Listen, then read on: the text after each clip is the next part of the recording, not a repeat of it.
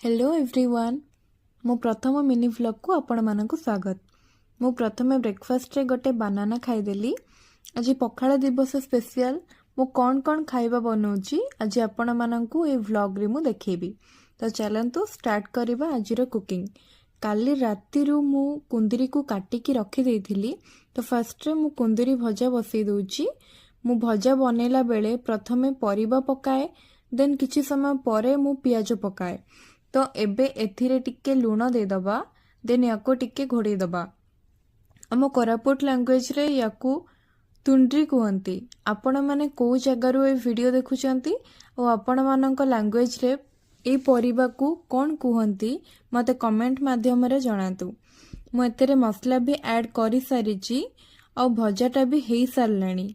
तो एबे गैस रो फ्लेम को ऑफ करि दबा। एपटे साग भजा पाई मु साग काटी दउची। एटा होची पालंग साग। एठी साग को क्लीन करिकी पैक करिकी बिक्री करंती। सो पालंग साग को आउ थरे क्लीन करबा को पड़ेनी। देन साग भजा बसी देली। एथिरे मु गोटे ही कंचा लंका देइची बिकॉज आमे राग टिके कम खाऊ, सेथि लागि मु गोटे ही कंचा लंका नेची। आ एथिरे पे पियाज भी मु ऐड कर देइची। पियाज को आमे टिके पिंक हैला पर्यंत भाजीबा। पियाज टिके हेई आसला परे सेथिरे आमे टमाटो ऐड कर दबा। पियाज हेई सारलानी। मैं टमाटो ऐड कर दूची। टमाटो को भी टिके भलसे भाजीबा। टमाटो टिके हेई आसला परे आमे सेथिरे पकेबा साग। देन आमे साग पकेला परे ताको टिके घोड़े दबा।